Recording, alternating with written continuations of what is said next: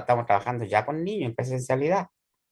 Hay alumnos que están yendo en forma de su curso, de esta misma asignatura, están yendo a prácticas, ¿cierto? Y de alguna forma se dan cuenta que la realidad requiere estudio. Para que salga la costra, se caiga y se vean los efectos.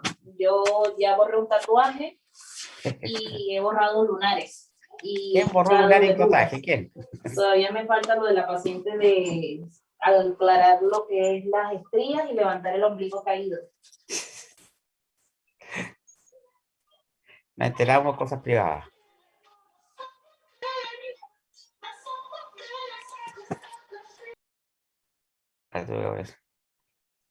Así para que, pues acaso, vayan estudiando. A ver, ¿qué vimos en la última clase?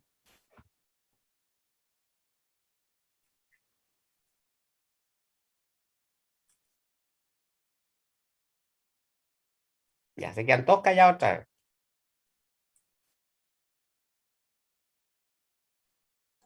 ¿Qué dijo, profe? Que estoy manejando.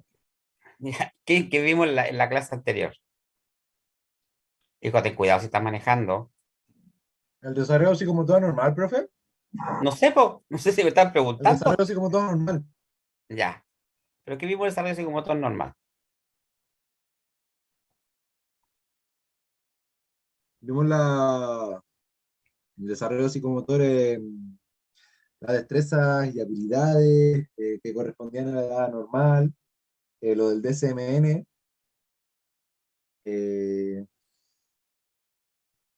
también lo del DSMNA. Ya, ya, lo importante, sí, ya, Vanessa, ya, lo importante es que yo siempre, o sea, independiente, ¿cierto? Piense que de alguna forma el desarrollo motor es transversal, es decir, independiente, ¿cierto? De que ya lo estemos viendo o se haya visto, son contenidos que igual se pueden ir considerando en las pruebas que vengan, ¿ah? ¿Por qué? Porque va a ir siempre implícito desarrollo cognitivo, desarrollo motor, por la situación de característica de este proceso. O sea, piensen que es un proceso biológico, evolutivo, y que en el fondo en el fondo se van, intrínsecamente se van compenetrando todas estas conductas, ya sea motoras, cognitivas, sin dejar de lado las sociales, las emocionales, que son bastante relevantes, las que tienen que ver con la situación de familia, ¿cierto? A veces las concomitantes de herencia, eso todo influyen, porque en el laboratorio, bueno, que vimos ya el día martes, ¿cierto? Y lo que vamos a ver mañana el día viernes, nosotros veíamos, ¿cierto? Claramente un desarrollo motor típico o normal y un desarrollo motor atípico o anormal en situación de informe, ¿cierto? Y analizamos los contenidos y le digo, vayan a prepararse que la próxima semana hay una actividad con notas en relación a lo mismo. Porque es bien importante tener súper claro, o sea, qué es lo normal, como dice el Eduardo, lo que es normal, eso tiene que tenerlo súper claro, porque a la medida que entienden lo que es normal, van a entender lo que es anormal. Lo mismo que pasa en neuro, si usted es neuro, ¿cierto? Manejan todo lo que es desarrollo motor normal o desarrollo psicomotor normal, entendió lo que es desarrollo motor alterado desde el punto de vista neurológico. Y en el componente, ¿cierto?, del desarrollo motor anormal, una de las causas justamente es la situación neurológica, ya sea por causa perinatal, prenatal o postnatal. Y eso usted tiene que haberlo visto en neuro. Por eso es bien importante tener súper claro, ¿cierto? Cuando nosotros hablamos de desarrollo motor anormal, involucra una serie de causas. Y dentro de eso están las causas neurológicas y todo lo que uno ve por ectopatogenia. O sea, todas las causas desde el punto de vista intrauterino, desde el punto de vista de parto, desde el punto de vista postparto. Y de postparto hay una serie de causas, en el cual una de las principales, ¿cierto?, son las asfixias, perdón, las encefalitis, que son bastante complicadas, ¿cierto? O cualquier otra lesión donde se compromete el sistema nervioso central, la meningitis. Entonces es bien importante tener súper claro eso. Nosotros ahora vamos a entrar, o sea, dentro del mismo contexto, dentro de conductas motrices de base, vamos a ver las facetas de la psicomotricidad. Y una de ellas, que la que más nos compete a nosotros, sin dejar de lado la otra, porque yo digo siempre, independiente de que yo no soy fonoaudiólogo, no soy especialista en lenguaje, nosotros yo igual trabajo en lenguaje. Yo siempre digo a los alumnos, chiquillos, hablen mientras están haciendo terapia, háblenle al niño, comuníquense con él. A lo mejor el niño no va a entender nada, pero no importa, está escuchando. El niño tiene que escuchar, el niño tiene que darse cuenta del tono de voz, que es bastante importante, sobre todo cuando trabajamos con niños con discapacidad. Llámese síndrome de Down, llámese a lo mejor un niño TEA, o llámese niño con otras características o otro diagnóstico. Pero es bien importante, por ejemplo, alumnos que han ido a ver, están yendo a la escuela o han ido a la escuela, ¿cierto? A observar, inclusive me han ayudado cuando están en actividades, ellos se han dado cuenta de los tipos de niños que trabajamos nosotros. Y esa es la realidad. O sea, yo siempre digo, del dicho al hecho hay mucho trecho. Es decir, uno ve un niño, ¿cierto? Y hay que evaluar, claro, en general el protocolo está hecho. Todos los protocolos de los test están hechos, como ver más adelante. Pero cuando uno lo quiere aplicar, a veces no es fácil, ¿ah? ¿Por qué no es fásil?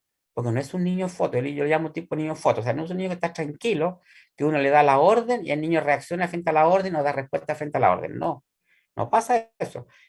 Hay una alumna, no sé si fue la cátedra anterior, en el laboratorio comentaba la conducta de los niños, cómo son. O sea, y esa es la realidad. Por eso que aquí nosotros tenemos que tener bastante claro la observación directa. Cuando nosotros hicimos, ¿cierto?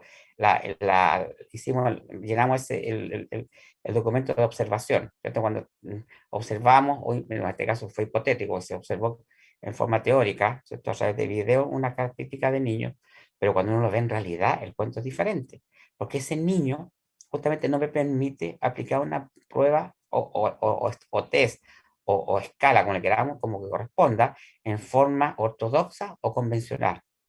Porque el niño es inquieto, no comprende órdenes, tiene rabieta, tiene pataleta, autoagresión. Entonces uno ahí tiene que aplicar mucho la observación directa, que es un instrumento de evaluación. Tiene que aplicar mucho la apreciación clínica o aplicar el juicio clínico. Y eso es bastante irrelevante, porque uno ve que el niño realmente camina, corre y salta, pero uno no logra mantenerlo sentado y tampoco logra mantenerlo atento a uno. Y si uno logra mantenerlo atento a uno, son por periodos muy cortos. La parte atencional es muy lábil, es muy lábil. Entonces, fácilmente ellos pierden el contacto o pierden el nivel de atención, fácilmente. Y siguen haciendo su forma de actuar, ¿cierto? En forma bastante sistemática. Por eso que ahí cuando uno dice, chiquillo, apreciación clínica, observación clínica, pero para hacer la apreciación clínica, la observación clínica, tienen que tener conocimiento. Eso sí, tiene que haber conocimiento. O sea, acá no es observar por observar o mirar por mirar. Y yo hoy día justamente a un alumno yo le decía, fíjate lo que hace el niño, fíjate cómo se comporta. Claro, porque eso es bien importante, uno lo va visualizando. Por eso es que cuando uno dice a un niño, yo le paso a un niño y dice, no, todos los niños son evaluables, todos. ¿Por qué digo todos? Porque por último, si yo no le logro aplicar el documento, o sea, o el protocolo en forma convencional, por último aplico la apreciación clínica. Y la apreciación clínica yo la puedo extrapolar al documento en base a lo que yo estoy observando. Lo que sí en el informe queda súper claro que se aplicó apreciación clínica o se aplicó juicio clínico. Entonces el resultado puede ser estimativo, el resultado, pero eso requiere a lo mejor, ¿cierto? Si el niño es muy inquieto, a lo mejor control neurológico. ¿Cierto? ¿Para qué? Para una forma de que el niño, si no está medicamentado, medicamental, y de esa forma bajar los niveles de ansiedad o los niveles de inquietud motora. Porque hay niños que realmente a veces no logran mantenerse tranquilos. Por eso es que es bien importante cuando uno evalúa, ¿cierto? Es manejar información, tener información y no dudar. Es bien importante no dudar, porque en la duda está la situación en que no hay conocimiento, y es una cosa que uno se da cuenta. Entonces, les voy a compartir, estoy ingresando alumnos.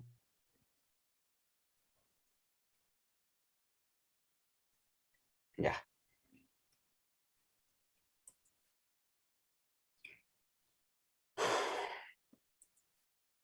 Ya, vamos a ver acá.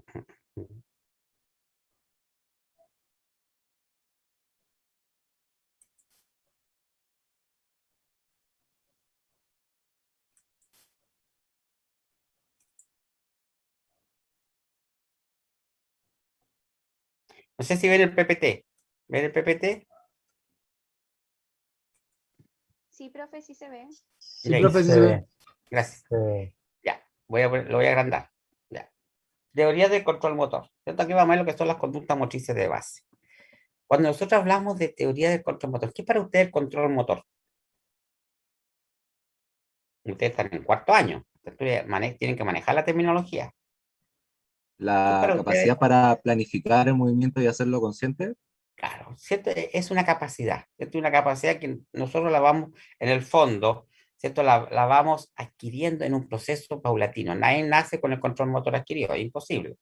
Es un control que se va a adquirir con el proceso, en el proceso de desarrollo, ¿cierto? Del ser humano, y en el cual participan una serie de sistemas y se regulan una especie de sistema, una serie de sistemas, perdón, para poder llevar a cabo lo que corresponde, esta planificación y control.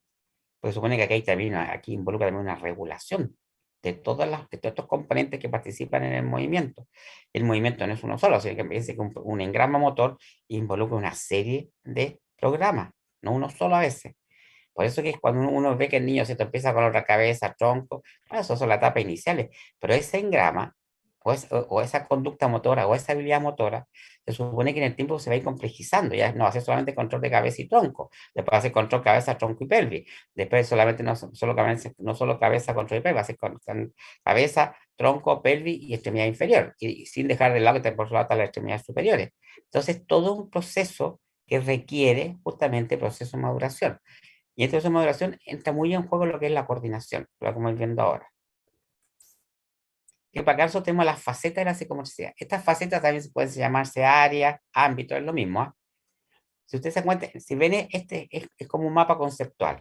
Nosotros acá vemos, ¿cierto? Vemos 3 círculos y un rectángulo acá abajo.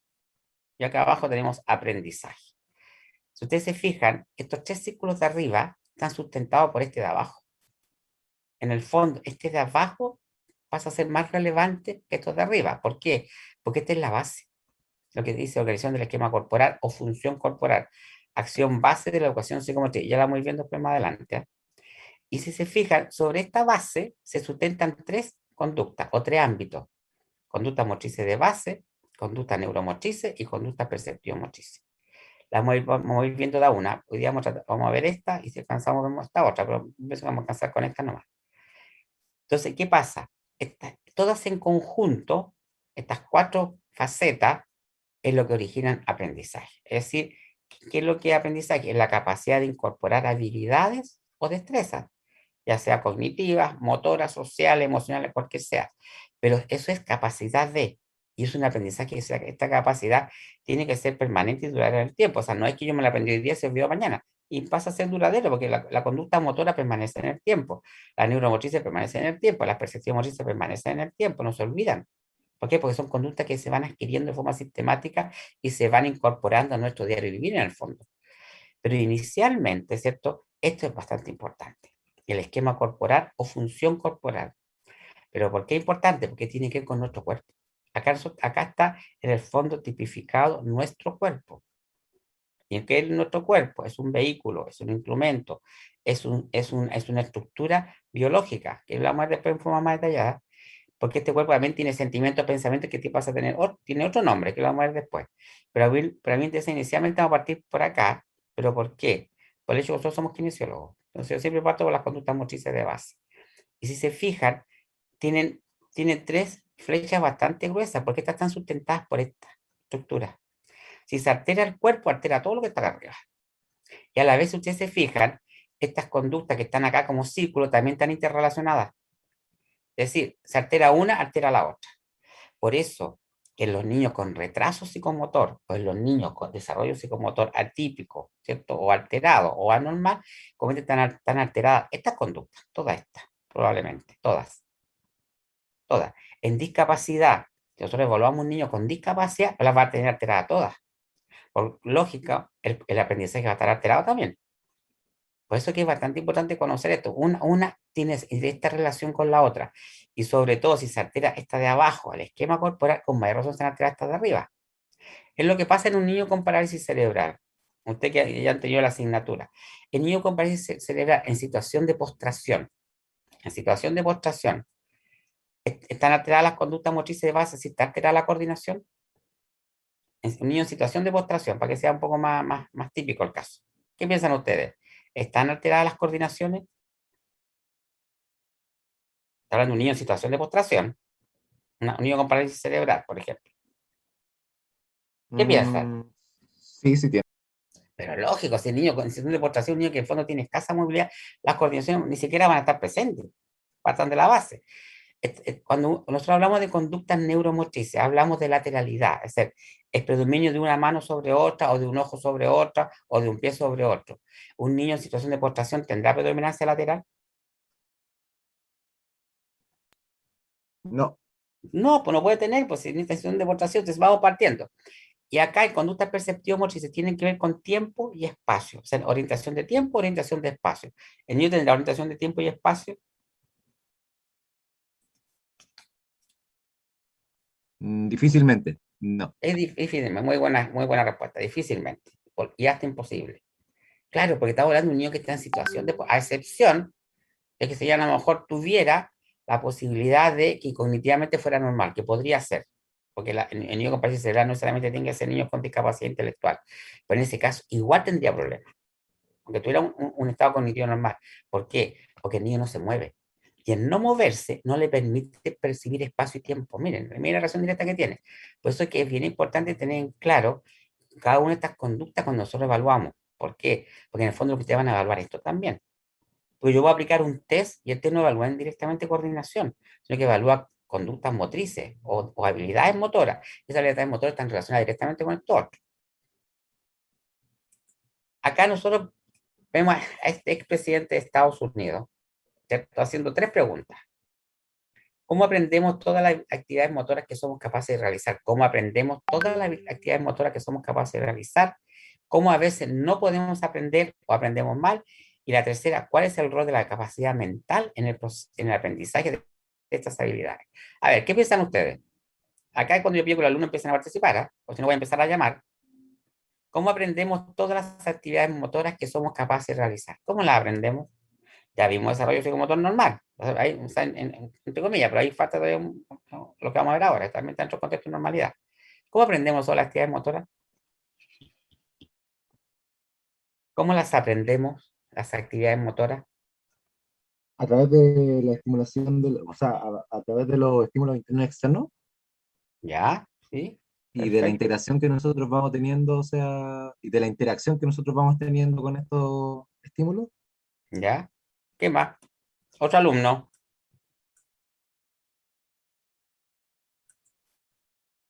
Voy a empezar a preguntar, porque veo que cuando no contestan, otro alumno, a ver, ¿cómo aprendemos las actividades motoras? ¿O cómo A aprendemos las través de habilidades? la práctica, ¿Ya? ¿Sí? Den idea nomás, ahí después la vamos a ir ordenando. Como ustedes lo ven, ¿cómo aprendemos? Ya, perfecto. Alguna muy bien, ideas planteadas. Lluvia de ideas, brainstorming, que se llama. Otro alumno, Eduardo, no es que te bloquee, pero te voy a bloquear, ¿ah? Y te voy a bloquear en buena onda, por si acaso. Porque me interesa que los otros compañeros también participen. A ver, Diego Veas, lo que tengo acá en delante, en pantalla. Sí, profe. ¿Ah? Sí. Ya, pues, ¿qué estoy preguntando, hijo? A ver. No, sí, sí. Se puede aprender a través de las actividades de la vida diaria y también retroalimentación de ciertos gestos que se van aprendiendo junto con la experiencia y cosas así. Ya, pero díganlo usted, ¿por qué tengo que estar yo preguntando? Si, digan nomás. Tamara Gamboa.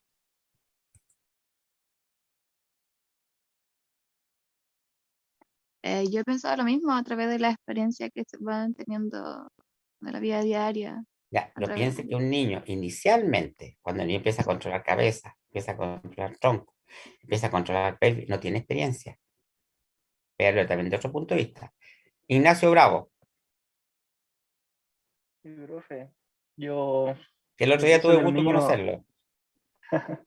pienso Sí, que nos los niños conocimos aprenden el más otro día. por la observación que tienen y la imitación que pueden, la imitación de gestos que pueden ver y intentando imitar lo que ven ahí de los padres puede ser cuando intentan agarrar cosas o intentan gatear para desplazarse.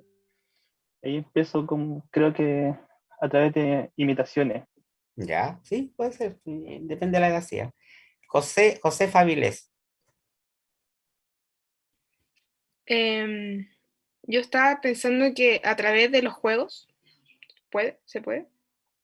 Sí, no, sí. Pero Sí, es con que los por eso juegos. depende de la edad y puntos de vista. Perfecto, hija, a través de los juegos. A ver, María Paz, no sé cuánto, que no le veo acá. Hasta María Paz llegó, no, después parece que es con no sé cuánto. María Paz, viene acá. ¿No?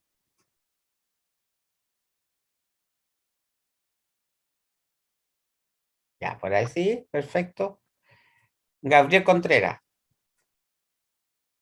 Aprendemos por curiosidad. también influye, sí. Gabriel Contreras, A través de estímulos. ya, perfecto. ¿Qué me falta por acá? Christopher Guzmán parece que es el apellido. Sí, profe. Christopher Guzmán. ¿Guzmán es tu apellido, hijo? Sí, profe. Es que acá Guzmán. llega hasta la M nomás, entonces no sé qué hueco podría hacer después. Ya. Sí. A base de la experiencia y, y los desafíos y que se le presentan a los niños. Ya, claro, no, sí, lo que ustedes están diciendo está todo dentro del contexto, yo no digo que no, pero tienen que pensar, como yo les digo, un niño en el primer año de vida, ¿cómo aprende? Aprende por imitación, Profe, a aprende por través experiencia, eso es importante, veamos esa parte. a través de lo Estímulo. que ve, de lo que escucha. Pues está hablando de un niño del primer año de vida, o sea, un niño recién nacido hasta el año de vida, o sea, en ese lapso estoy hablando yo. Podría ser por la necesidad que el niño siente de hacer algunas cosas, por Ya, ejemplo, de caminar, de girar, ya, por ahí podría ir, pero mirar el por qué campo de tienes, vista. hijo, disculpa, otro mismo tema, para no desconectarme, pero ¿por qué el niño tiene esa necesidad? ¿Por qué? Está hablando de un niño de un año de edad. Porque va madurando el sistema nervioso. Entonces, al ir madurando el sistema nervioso, va desarrollando conductas más complejas, va teniendo conciencia de sí mismo, conciencia de lo que lo rodea, de su entorno, de a poco. Primero empieza consigo mismo, por ejemplo, al tercer mes de encontrar la línea media, empezar a tocarse las manos, perder el reflejo de aprehensión, Claro, partiendo por ahí. no, sí, claro, porque si ustedes piensan, un niño de un año de edad no tiene experiencia, no tiene conciencia de cuánto lo que ve, lo que siente, o no tiene capacidad ni siquiera de imitar. Justamente, entonces, ¿qué pasa en ese caso? Un poco lo que está diciendo acá Eduardo, ¿cierto? Aquí hay un mecanismo, ¿cierto? Un proceso de maduración, por un lado. Hay un proceso, ¿cierto?, de mayor captación de estímulos, pero a la vez hay un proceso biológico. Y este proceso biológico viene preestablecido, establecido desde que yo creo que desde que somos vida más o menos, seres humanos. Entonces es un proceso que ya está establecido. Porque todos los niños cuando controlan cabeza, ¿alguien le enseñó a controlar cabeza? Pregunta. ¿Alguien a niño le enseñó a controlar cabeza? No. No, pues nadie le enseñó. Nadie le Aprendió enseñó. solo. El niño controló solo. Cuando el niño empezó, ¿cierto?, a girar, ¿alguien le enseñó a girar? Hablemos en generalidad, en generalidad. ¿Alguien le enseñó a girar al niño?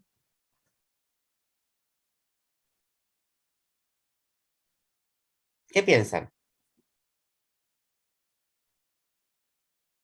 Pero pocas situaciones reales nomás, po. ¿Alguien le enseña a girar a los niños? A excepción que tuvieron un programa de estimulación, pero yo hablo en el contexto general, general. No situaciones puntualizadas. ¿Alguien le enseña a girar a No, un niño? Nadie le enseña a nadie. solito La aprende. relación de enderezamiento, ¿alguien se la enseña? Nadie se la enseña. Porque esas están dentro del proceso biológico, del proceso de ontogénesis o de filogénesis, depende de donde estamos trabajando. Claro, porque el ser humano de por sí es un ser biológico que viene programado por todas estas etapas motoras. Entonces, ya por un lado, ¿cierto? El niño va a controlar la cabeza solo porque está dentro del contexto, involucra ciertas condiciones. El niño va a empezar a girar porque tiene que integrar reacciones de desarrollo que son naturales dentro del proceso de desarrollo psicomotor. El niño va a girar, después se va a empezar a sentar, que también requiere mecanismos que tienen que estar integrados por reacción de enderezamiento. Después el niño se va a sentar, va a pasar la etapa de cierto de gateo, y eso es un proceso que es natural. Pero a la vez, bueno, lo que han dicho ustedes en varios, claro, después el niño que va requiriendo estímulo. Eso es bien importante, desde que el niño nace requiere estímulo, porque por último, por todos los estímulos, llámese estímulos auditivos, estímulos visuales, estímulos táctiles, estímulos gustativos, estímulos olfatorios, estímulos vestibulares y estímulos propioceptivos, ¿cierto? Que en el fondo el niño va recibiendo información de su cuerpo, eso lo van favoreciendo, pero el proceso motor natural es natural, como dice el término, es instintivo. Y eso de alguna forma, ¿por qué va surgiendo? Porque son mecanismos de protección que tenemos. Por eso que alguien dijo protección, es verdad, la protección va, porque el niño cuando saca las reacciones de apoyo o protectoras son de protección, no son para sentirse mejor, es para protegerse. Cuando se cae el niño, ¿qué hace? Voy a las manos, un niño sobre 6 meses tiene que voy a las manos, ¿cierto? Porque eso están los mecanismos de reacciones protectoras. A los 6 meses la reacción protectora anterior, a los 8 meses la reacción protectora lateral y a los 10 meses la reacción protectora posterior. Es decir, un niño al año tiene que tener integral las reacciones protectoras. Es decir, si el niño se cae, caigas hacia adelante, caigas hacia el lado, caigas hacia atrás, el niño tiene esas reacciones adquiridas. Si el niño no las tiene, algo está pasando.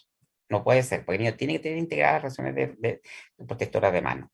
Por eso que en este proceso es importantísimo, ¿cierto? También la estimulación, en que tiene que ver con todos los estímulos, y en las casas quieren entregar los estímulos a la familia, llámese la mamá, el papá, el tío, la tía, la abuelita, el abuelito, quien sea, los hermanos, si tienen hermanos mayores, entregan los estímulos. Por eso que es bien importante en el desarrollo justamente la estimulación. Pero esa estimulación que inicialmente no es una estimulación programada porque está en la casa.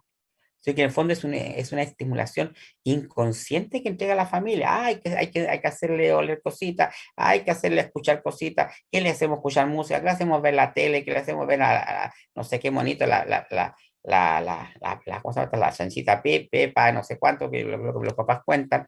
Claro, y el niño se va enganchando con eso y va aprendiendo, lógico. Pero eso requiere justamente la familia. Pero también si va a una sala cuna, el niño tiene toda una estimulación programada. ¿Por qué? Porque las mismas tías por programa ya está el proceso de estimulación. Si va a una sala cuna, si después pasa al jardín, ¿cierto? A nivel medio menor, también va a pasar igual. Nivel medio menor, nivel medio mayor, transición, va a seguir todo un proceso en el cual el niño va a estar siendo estimulado. Cuando el niño, la mamá dice, el niño va a puro jugar, no va a jugar al jardín, el niño va a aprender. ¿Por qué? Aprende jugando, que es muy diferente. Por eso cuando nosotros vemos la metodología del juego, nosotros del juego aprendemos. Por eso que hay juegos para todos. Juegos motores, juegos cognitivos, juegos sociales, juegos emocionales, juegos para todos. Para todos tenemos juegos nosotros. Por eso que es bien tener súper claro qué es lo que nosotros buscamos. Por eso que en este proceso es importante la coordinación, que es lo que vamos a ver ahora. Por eso cuando nosotros aprendemos, justamente aprendemos por situación biológica y también información o entrega de estímulos. Pero en este proceso de aprendizaje, ¿cierto? Es bastante importante la neuroplasticidad, especialmente en los 5 primeros años de vida. Aunque el proceso de minimización viene interno, pero cuando empieza a aumentar, el niño nace, empieza el proceso de minimización y empieza el nivel de conexión en neuronas, de lo que se llama neuroplasticidad, y eso es importantísimo hasta los 5 años, el periodo más rico que tiene de este proceso. Por eso que también se llama periodo esponja, donde el niño más capta estímulo, más recepción de estímulo y más respuestas da. Después disminuye en cierta medida, ¿cierto? El proceso, pero eso no indica que la neuroplasticidad desapareció. La neuroplasticidad está hasta la vida, hasta cuando uno va a parar la chala, digo yo. A diferencia que no hay con la misma intensidad de que cuando empezó en los primeros años de vida. Eso sí, cambia el cuento. Por eso cuando yo le digo a usted, chiquillo, cortar y pegar no activa ni una neurona. No activa ninguna, es verdad, no activa ninguna neurona. Porque el cortar y pegar no activa. ¿Qué es lo que activa? Cuando yo corto, analizo el material, ¿cierto? Y después lo pego. Eso activa neuronas, eso activa mecanismos de neuroplasticidad. Y eso tiene que ver mucho con la creatividad. Pero si usted, el cortar y pegar o el copiar, no activa nada.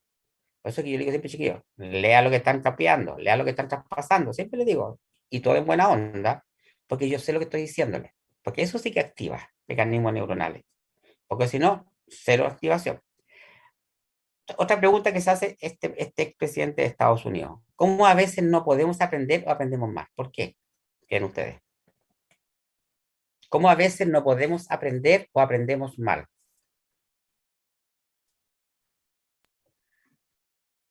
Puede ser en una primera instancia porque quizás algo pasó en el sistema nervioso, quizás hubo una afectación en el sistema nervioso central durante ¿Ya? nuestra etapa de desarrollo. Em, Puede ¿Sí? ser porque quizás tenemos otro ritmo de aprendizaje y aprendemos un poquito más lento, entonces nos demoramos más que la media de la guaguita de los bebés, por ejemplo. ¿Sí? Puede ser también. A ver, otro alumno, o si no voy a empezar a llamar otra vez. No sé si te gusta que los llamen, no tengo ningún problema. Profe, puede ser que por lo que vemos podemos aprender mal. Quizá Puede ser también. la otra persona lo está haciendo mal y como yo lo imito, pensando que estaba bien. Perfecto, sí, puede ser también, hija, perfecto, puede ser. Por eso que hay a esas imitaciones erradas, po. Sí, perfecto. ¿Qué más? Podría ser el entorno en que se encuentre, por ejemplo, el niño, También, que por lo hijo, imite lógico. muy incorrectamente. Claro, ¿me entiendes? O sea, ese déficit es multifactorial, no es solamente una causa, pueden haber varias causas. Porque piense que es un niño, como dices tú, el ambiente no es el más adecuado por falta de estimulación. A lo mejor el niño lo dejan en la cuna y nadie le habla, nadie lo mueve. El lógico el niño va a tener un mal proceso de aprendizaje. Igual a lo mejor va a controlar la cabeza, controlar el tronco, a lo mejor, pero no va a tener una mayor capacidad cognitiva desde el punto de vista de la captación de estímulos. porque el sistema no le está brindando. Yo hablo sistema de la familia en este caso, como sistema o comunidad. Por eso que es bien importante. O cuando hay noxa, hay daño, hay causas que también originan alteración de este proceso. Como decía, puede ser perinatal, puede ser prenatal, perinatal o postnatal, y puede pasar también. Y por eso no es solamente una sola causa, hay N causas. Vamos más adelante, cuando entremos más en lo que es desarrollo psicomotor alterado. Por eso que es bien importante. ¿Cuál es el rol de la capacidad mental en el aprendizaje de estas habilidades? ¿Cuál cree usted que es el rol de la capacidad mental? Capacidad mental. Que vayamos cada vez adquiriendo y progresivamente adquiriendo mayor información y mayor, claro, mayor aprendizaje. Que al final vayamos reteniendo la información, vayamos generando nuevas conductas, generando nuevos enlaces entre las neuronas, generando nuevos pensamientos, y todo esto se va complejizando. Esa sería la idea, ¿no? ¿Ya? ¿Sí? Por ahí va, perfecto. Otro alumno, a ver. ¿Cuál es el rol de la capacidad mental en el aprendizaje estamos hablando de habilidades motoras? ¿Cuál es el rol de la capacidad mental en el aprendizaje de las habilidades motoras? ¿Cuál es el rol de la capacidad mental? O no tiene ninguna importancia.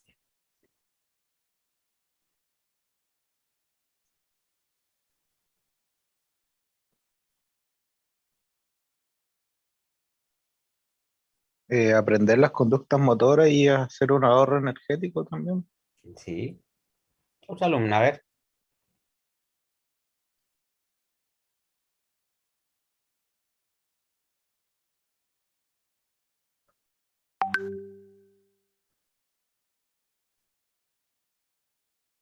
¿Cuál es el rol de la capacidad mental en el aprendizaje de las habilidades motoras? ¿O no tiene ningún rol?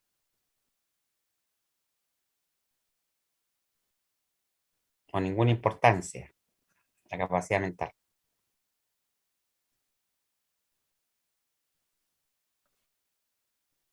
Quizás ayude a averiguar cuáles fueron los errores para no volver a equivocarse y ¿Ya? guardar toda esa información importante en lo que es el desarrollo del movimiento.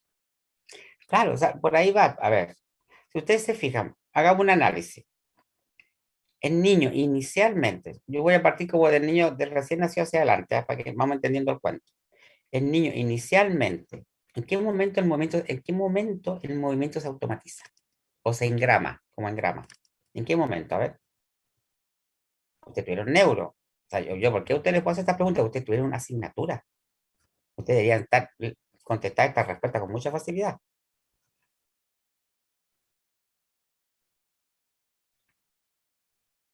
¿En qué momento el niño engrama los movimientos? O engrama las habilidades motoras. Engrama se refiere a las praxias. Engramar. ¿En qué momento el niño automatiza los movimientos o las habilidades motoras? ¿Desde que nace? Pues después. Después, Ah, pero ¿cuándo después? Es después, lógico, tiene que ser después, no puede ser desde que nace. Es un proceso también. ¿Cuándo creen ustedes? A ver. es que primero se supone que aprende las conductas motrices básicas, y desde ahí en adelante las praxias se van guardando y se van mejorando de a poco. Primero hasta la base, que son como los intentos de querer, por ejemplo, realizar cierta conducta motora, yo que sé, intentos de pararse, de pasar del sedente a la bipedestación, por ejemplo. Y la Eh, coordinación o con lo manual también. ¿Ya? y más o menos eso, pues. A ver, Carolina Sá, ¿qué piensa? Aquí cuando entra a ver la pantalla mejor.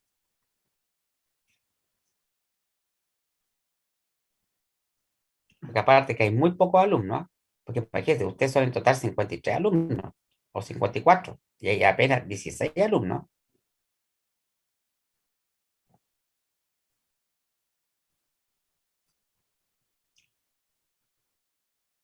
La segunda prueba, chiquillos, no va a ser igual que la primera, les aviso, les aviso.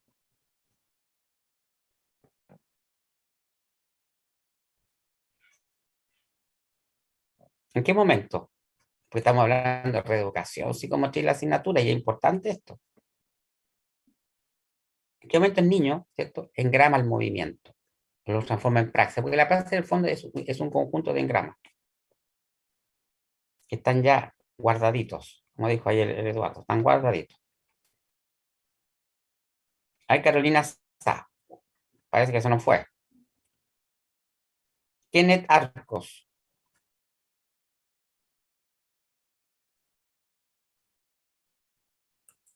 A ver que alguien manda por el chat. Allá.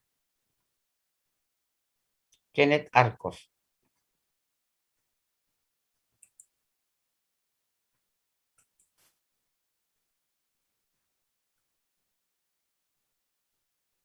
Aparte de... Estoy grabando la clase.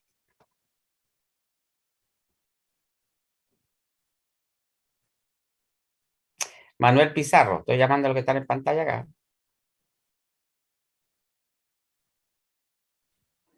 Profe, la verdad no sabría decirle como una edad exacta de... Pero más o como- menos, pues hacete una correlación, pues, hijo. como lo que está así viendo, es como hasta como desde los 3 años, como que se podría automatizar completamente, no sé. Ya, pero más eso está bien dentro del contexto. Más o Porque menos. si no digo que me den respuesta tan exacta, vayan, más que nada, Es que, ¿por qué hago estas preguntas? ¿Creen ustedes? ¿Por qué hago estas preguntas? Es para que ustedes piensen, asocien. Esa es la idea. Vayan asociando ideas, asociando contenido, asocien conocimiento, asocien también con otras asignaturas. Damaris González. Profe, yo creo que cuando los niños ya aprenden bien su tema de control motor y dominan cualquier tipo de movimiento, como dijo mi compañero, desde como los 3 a los 5 años, yo considero ya que un niño empieza a automatizar sus movimientos. Claro, o sea, empieza, sí, más o menos, puede empezar, porque tienen que pensar, el niño cuando empieza a controlar cabeza, empieza a controlar tronco, empieza a controlar pelvis, ¿cierto? Y ya el niño se pone a gatear. Después del gateo va a pasar a cierta posición rodilla tronco erguido, bipedestación. O sea, en ese momento el niño ya empieza a guardar estabilidad motora o no.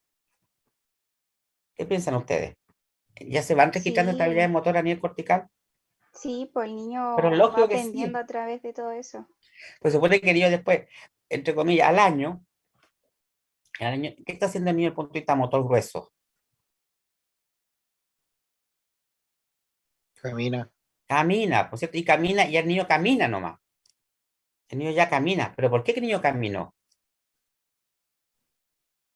Porque aprendió a separarse del suelo, aprendió a controlar Claro, cabeza, a tener control abdominal, disociación de cintura escapular y pélvica, sedente estable, y de ahí hacia arriba, porque su centro de gravedad fue descendiendo, eh, disminuyó puntos de apoyo, superficie de contacto, claro, y todo eso le permitió llegar hasta la marcha. claro. Lo que tú estás diciendo es lo correcto, pero en todo ese proceso, y al final, hacia el año de edad, el niño va pensando lo que tiene que hacer. No, es como No, el niño no lo automático. piensa, el niño empieza a moverse nomás. Es El niño se empieza a como, mover nomás.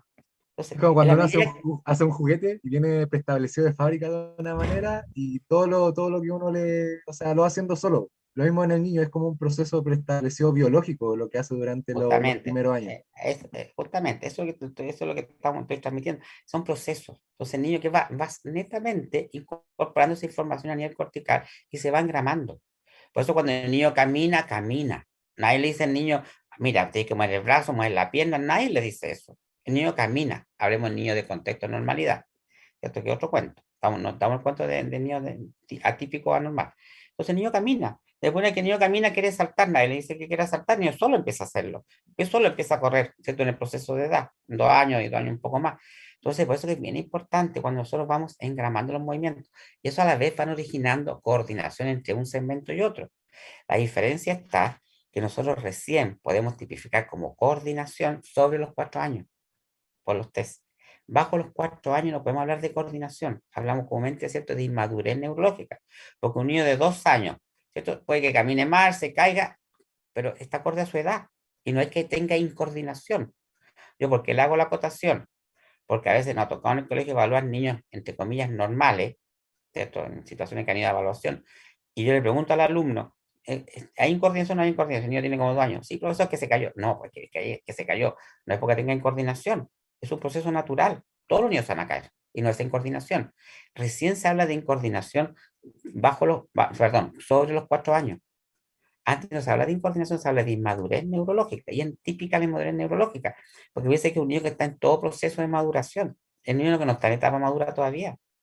Por eso es que es bien importante cuando uno está trabajando con niños, ¿cierto? Y sabe lo que está enfrentando. Por eso las preguntas que yo le hago es para que vayan pensando. Vamos a seguir. Entonces, a ver, ¿ven el PPT?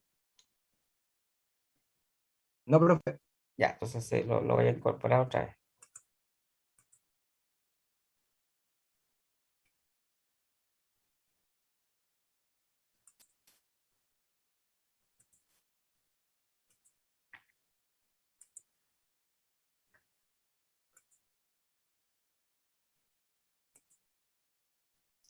Acá hay una definición de control motor, ¿cierto? Organización de la secuencia de movimiento en la ejecución de una actividad motora.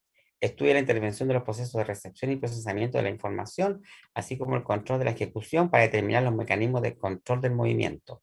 Esta área del comportamiento motor estudia desde la recepción de información relevante, estímulo, hasta la programación y ejecución de la respuesta motora. Todo lo que estábamos...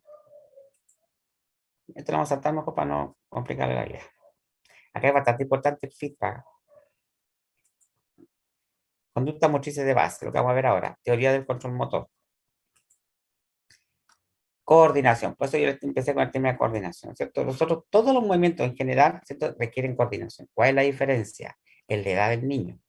Y en un niño, ¿cierto? De menos de 4 años, yo no puedo hablar de incoordinación. Estoy hablando en un contexto de normalidad, en un contexto de un niño típico. ¿Eh? No puedo hablar de incoordinación, porque hay una inmadurez neurológica que es natural. Es una madurez biológica, inmadurez biológica natural. No es anormal. Entonces, si el niño se cae, y es natural. Si el niño camina mal, ¿cierto? Está hablando de rango 2, hasta como, aproximadamente hasta como los 2 años, 3 años, el niño va a pasar. Y no es anormal, es normal. A excepción que sean, ¿cierto? Hayan antecedentes mórbidos relevantes o hayan causas que originen eso, eso es otro cuento. O sea, ya estaríamos con el plano del niño atípico o del niño normal. Estoy hablando del niño en contexto normal. Tuvo un parto normal, todo normal. No hay antecedentes mórbidos, no hay nada. Entonces el niño tiene todos los procesos de acuerdo a su edad cronológica. Pero eso indica, ¿cierto?, que es normal igual. Por eso cuando nosotros hablamos de coordinación, cualidad coordena, sincroniza y armoniza las fuerzas internas del ser humano con las fuerzas externas para el logro de una acción motriz gruesa, precisa, equilibrada y económica. En esto es bastante importante la situación de economía, pero esta es economía energética. Es decir, en la medida que nosotros controlamos el movimiento es útil, el movimiento es eficaz, se ahorra energía. Cuando nosotros, en el fondo, automatizamos el movimiento, si ya no lo pensamos, como inicialmente puede suceder, el movimiento también es gasto energético, o sea, perdón, la capacidad mental o la capacidad de representación mental es gasto energético.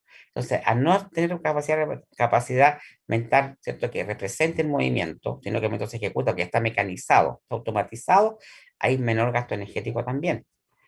Porque piensa en la situación, si nosotros tenemos que pensar todos los movimientos cuando estamos caminando, corriendo, saltando, o cualquier actividad que nosotros hiciéramos, ¿qué pasaría?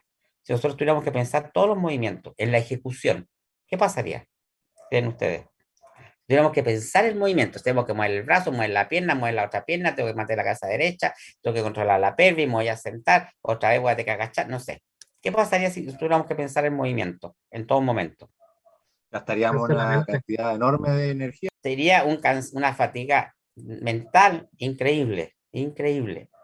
Claro, porque sería más gasto energético. Por eso es que el movimiento al ser automatizado es más económico. Pues, y eso es bien importante. ¿Eh? Expresión máxima de la capacidad motora, está hablando de coordinación, integrándose la función del sistema nervioso central, acción del sistema nervioso periférico y sistema receptivo, entre otros. Habilidad de un grupo muscular o varios grupos musculares para realizar un gesto o una acción determinada. Acá son diferentes formas de definición de coordinación. ¿Eh? Pero en el fondo están todas muy relacionadas. Capacidad de accionar voluntariamente grupos musculares sin que interfieran movimientos involuntarios que lo altere.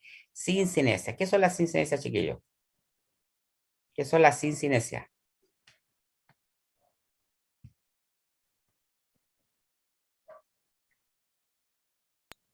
¿Qué son las Las de sin? coordinaciones del movimiento, creo que era, si no me equivoco. No, No. sin cinesia.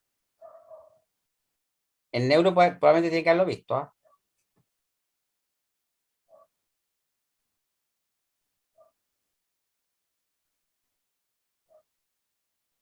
Los movimientos musculares involuntarios. Ya, algo por ahí hay. Chiquillos, me están copiando la puerta, parece que estoy solo. Mientras tanto, piensen, 2 minutos, no me demoro nada. Piensen.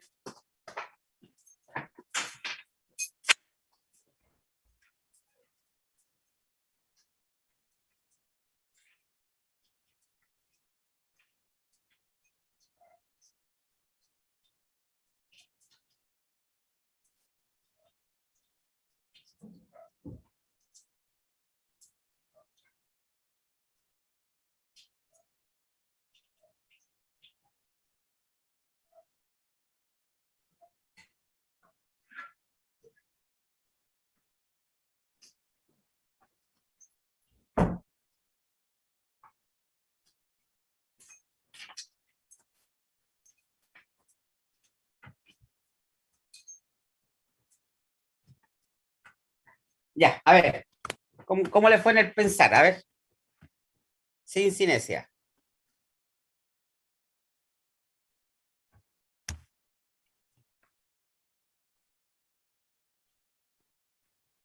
Sin cinesia. Capacidad de accionar voluntariamente el grupo muscular sin que interfieran movimientos involuntarios que lo alteren. Sin cinesia. Movimiento involuntario, pero sí, pero ¿qué características tiene? Porque un tic es un movimiento involuntario. Los reflejos son movimientos involuntarios, pero tienen otras características. ¿Cuál es la característica de una sin cinesia? Que va a aparecer después de un movimiento voluntario.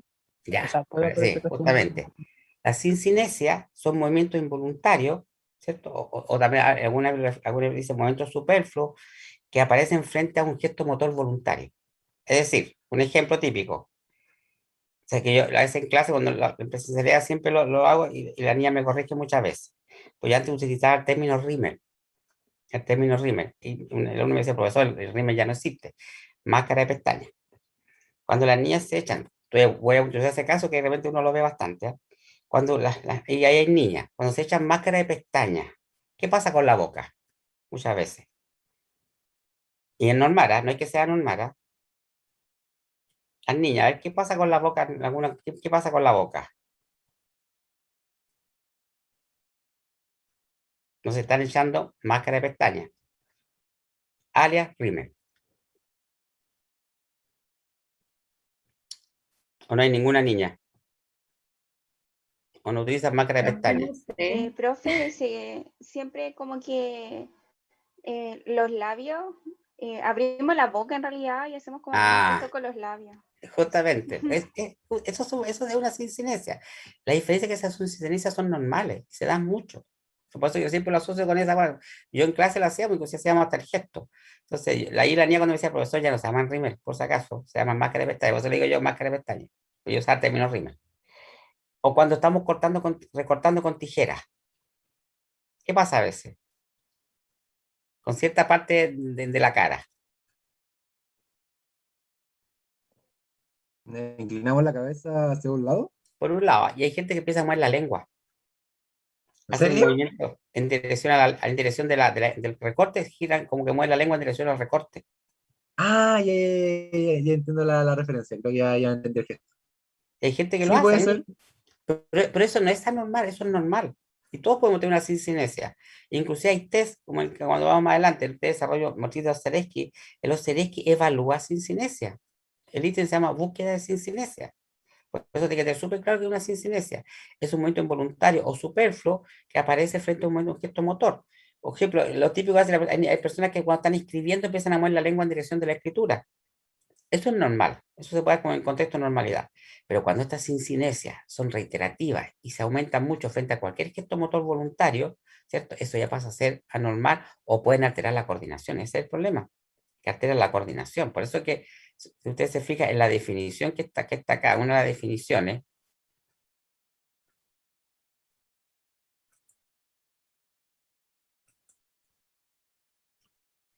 va, espera, a ver, Ahí está.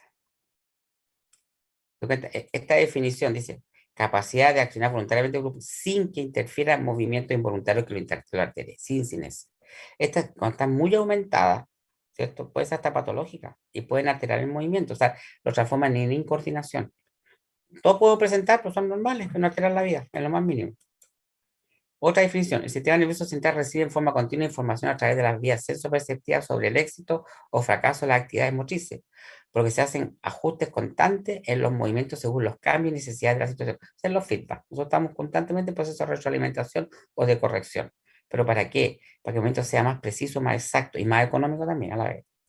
Un buen desarrollo del esquema corporal, el conocimiento y el control del propio cuerpo conducirá a un óptimo desarrollo de la coordinación.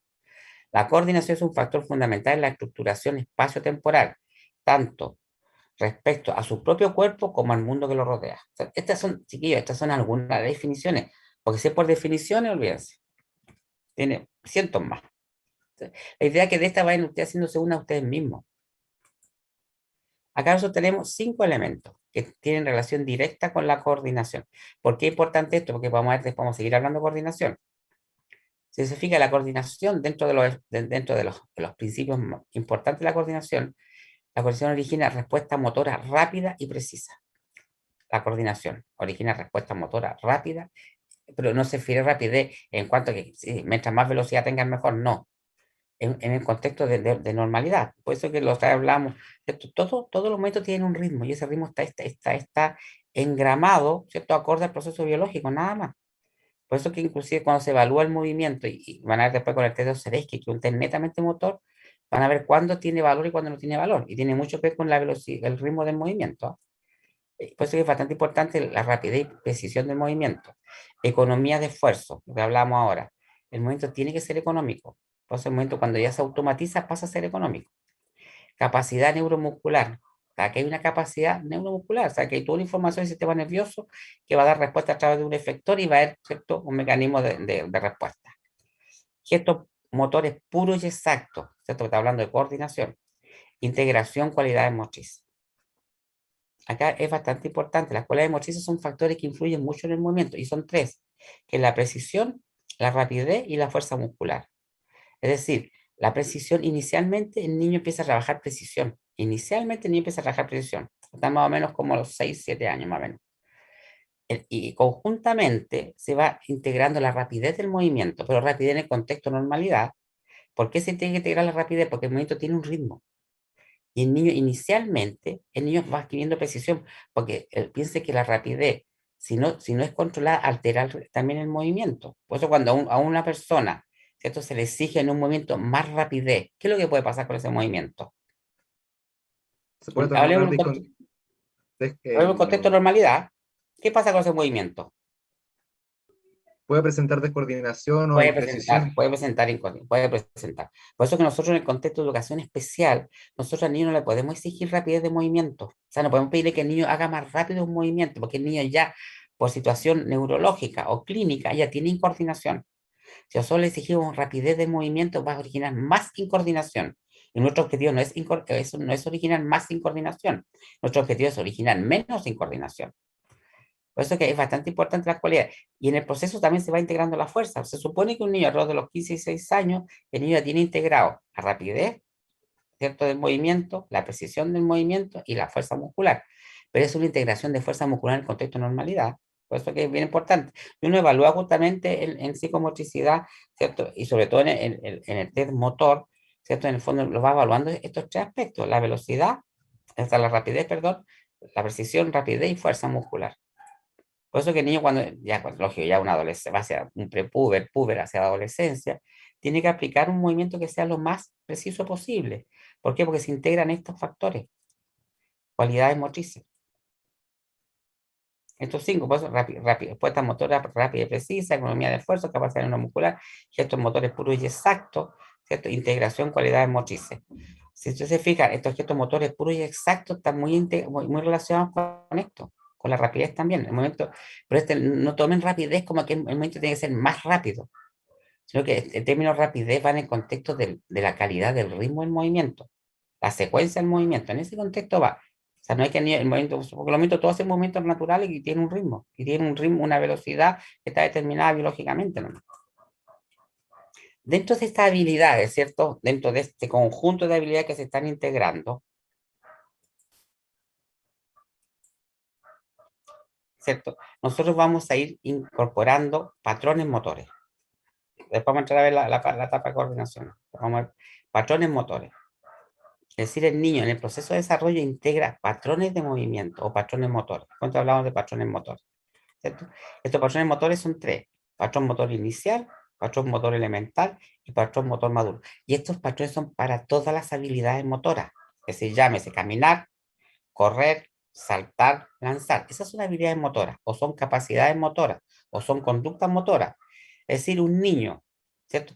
El patrón motor inicial más o menos va desde que el niño empieza la conducta, es el más alrededor del año, hasta más o menos los 3 años y tanto. 3 años, 6 meses, más o menos como proceso. En el correr son todos iguales, ¿eh? Todos en ese se llama patrón motor inicial, en ese rango de edad. El patrón motor elemental, vamos a ver un ejemplo, se da más o menos de los 3.6 más o menos hasta como los 5.6. El patrón elemental. Y el patrón motor maduro, que va a menos de los 5.6 o sobre los 6 años. ¿Cierto? Cuando ya el niño tiene las conductas acordes a un desarrollo lógico más maduro o con mejor nivel de coordinación. Porque piensen que nosotros partimos desde acá. Todas las habilidades motoras parten de lo inicial y van hacia lo maduro.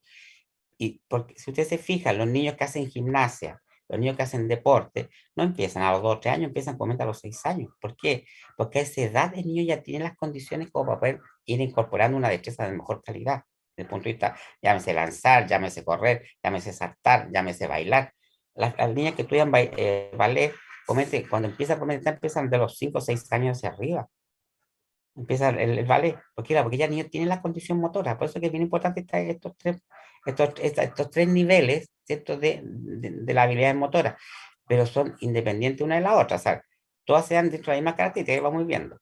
Si ustedes se fijan, en la marcha inicial o patrón inicial, esta es una característica de una marcha inicial, es decir, cuando el niño empieza a caminar recién. Esto más o menos llega hasta los 30 y tantos, lógico, el niño desde que empieza a caminar hasta los 30 y tantos va adquiriendo destreza, pero también dentro de un contexto de inicial. Fíjense cómo es la marcha de un niño con patrón motor inicial, ¿cierto? Pasos cortos, contacto con toda la planta del pie, ángulo del pie con los dedos hacia afuera, base dinámica amplia. Esto es lo típico del niño cuando empieza a caminar, esto es lo que está acá. Pero si ustedes se fijan, acá tenemos un poco en dibujo. Se fijan, este es un niño de 14.5 meses. Y 7 días después de dar sus primeros pasos, sin ayuda. ¿Se fijan? Los brazos que vayan arriba se llama guardia alta, que es típico de los niños. Posición ampliada, apoya todo el pie, no hay casi proyección de tronco. Los niños, fíjense cómo está. El típico niño cuando empieza a caminar. Este es el típico niño cuando empieza. Este es lo que se llama patrón motor inicial. Este es el típico niño cuando empieza a caminar. Pero a la medida que el niño va avanzando, como es de abajo, niño de 5 años, este niño ya está en una etapa elemental yendo hacia un patrón motor maduro. Entonces, si ustedes miran este caso, esta imagen, ¿cómo podrían describirme esta marcha? Yo les que describir la marcha, ustedes están en 4º año, así que ustedes tienen que ya manejar. ¿Cómo describirían esta marcha? El niño tiene 5 años. Que está en una etapa patrón Una motor marcha elemental. biomecánica correcta porque tiene despegue de pie, apoyo de talón, apoyo de planta, fase de transición, después fase de apoyo,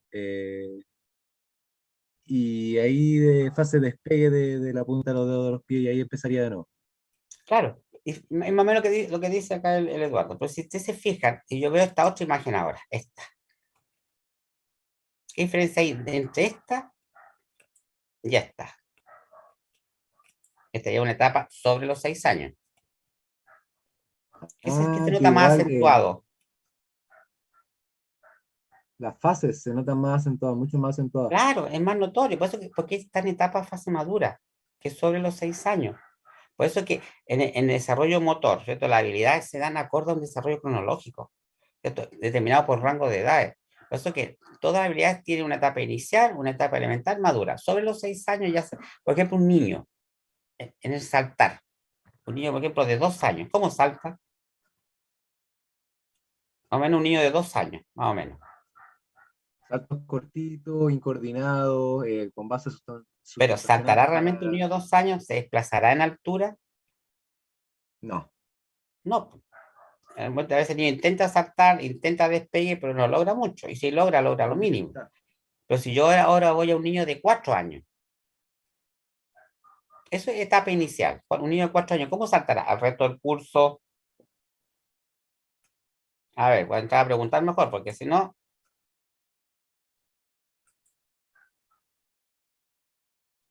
A ver, Ignacio Bravo, ¿cómo saltará un niño de 4 años? Uno de 4 Tienen que haber años, visto niños, tienen que conocer, o tienen hermanos, tienen primos, no sé. ellos saltan, pero mayoritariamente como con 2 pies juntos.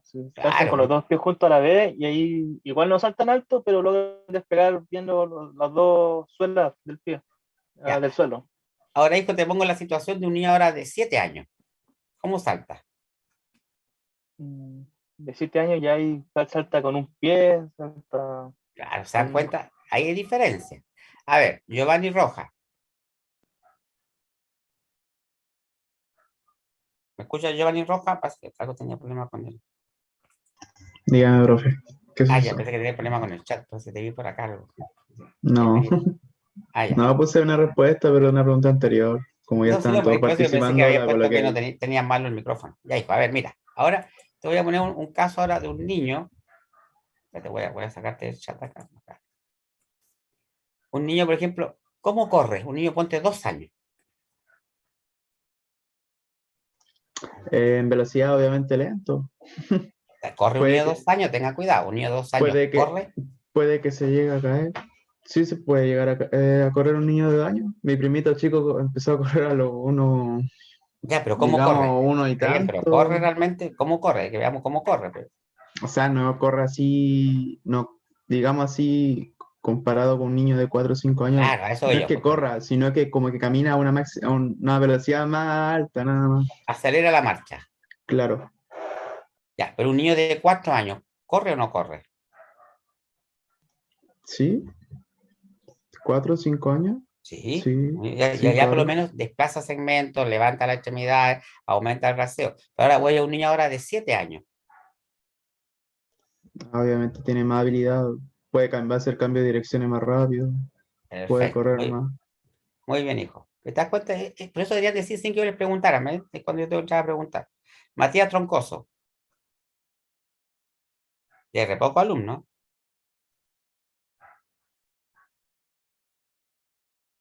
Matías Troncoso, parece que se nos fue. Carolina Sá,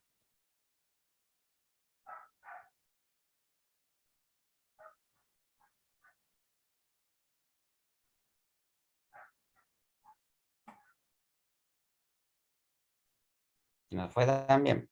Magali Mamani, la tengo que arriba. Sí, profe. A ver, un niño, la misma pregunta, pero ahora vamos a trabajar con el lanzar. Un niño de 2 años, ¿cómo lanza un objeto? Pero vea, Mm, apuesta situaciones reales, yo aquí no requiero grandes conocimientos. Un niño de 2 años. No lo lanza, más que todo lo tira nomás. Ah, pero ¿se da cuenta? No lo tira. Pero ahora vamos a un niño de 4 años. Ese sí lo lanza. Ya, claro, pero ¿lanzará con tanta precisión un niño de 4 años? No, no tan. No tanto, O sea, ¿cierto? En cambio, un niño sí, de 7 años. ese sí ya tiene como una dirección fija para lanzar. Claro. ¿Por qué les pregunto esto? Porque cuando veamos el test de Osereski, esto justamente es lo que tiene el evaluarte de Osereski, con estas características más o menos. Entonces, por eso, un niño hasta los 3 años y tanto, ¿cierto? 3.6, un poquito menos, etapa inicial o fase motor inicial. Un niño de 3.6 hasta como 5 años y tanto, 5.6, un poquito más, elemental, fase motor elemental. Y un niño sobre 6 años, 5.6 hacia arriba, es fase madura. Claro, porque hay características diferentes. ¿Por qué? Porque los niveles de coordinación son diferentes. Hay niveles de coordinación que ya están más en el fondo, mucho más complejizados, mucho más trabajados. ¿Por qué? Porque el proceso de memorización mejoró la conexión neuronal y todo lo que de repente, lo que nombraba Eduardo al principio. Y eso es bien importante. ¿Eh? Es bien importante.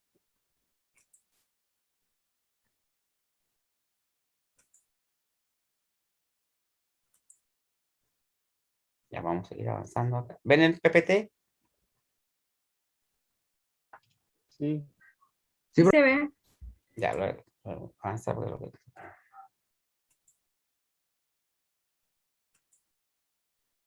Sí, ahí está el correr, ¿ves? Saltar, lanzar, pues sí tiene fase, pero la coordinación, destreza. Ya, si ustedes se fijan, dentro de los conceptos básicos que vamos a encontrar dentro cuando hablamos de conductas motrices de base, destreza motora, capacidad para coordinar los movimientos de la extremidad y o segmentos del cuerpo para alcanzar una meta específica, destreza motora. ¿Cuáles son características de una destreza motora? Llámese saltar, correr, toda, cualquiera de esas. Se alcanza con éxito una meta del entorno, con éxito una meta del entorno. O sea, que yo logro un resultado. Y eso involucra coordinación, involucra movimiento, la destreza motora. Se ejecuta con seguridad o certeza máxima. Economía metabólica, se ahorra energía. El esfuerzo psicológico es mínimo. Se logra la meta en el menor tiempo posible. Esas son características de una destreza motora. Pero la destreza motora no tiene por qué ser de gran gasto energético, no tiene por qué ser estresante, no tiene por qué ser cierto de gran esfuerzo psicológico, porque la idea, todo eso está controlado en los mecanismos de coordinación. Destrezas motoras básicas, patrones de movimientos básicos elementos, o elementales realizados para llevar a cabo una acción. Cuando nosotros vemos esta palabra acción, ¿qué significa acción? Es un término que se usa mucho en psicomotricidad. Acción es todo movimiento, o sea, todo movimiento que requiere cierto objetivo, que requiere tiene ciertas condiciones y que tiene un fin. O sea, si se fijan en general, todos los movimientos que nosotros ejecutamos son acciones, porque todas tienen objetivos, todos tienen metas, todos tienen por algo lo hacemos. No hay nada, porque inclusive inclusive el reflejo, para hacer el reflejo, también tiene una acción. ¿Por qué? Porque involucra una actividad, en el fondo está, en el fondo, mostrando una actividad neuromotora el reflejo. ¿En qué condición está? O sea, todo tiene objetivo, todo tiene fin. Por eso se llaman acción.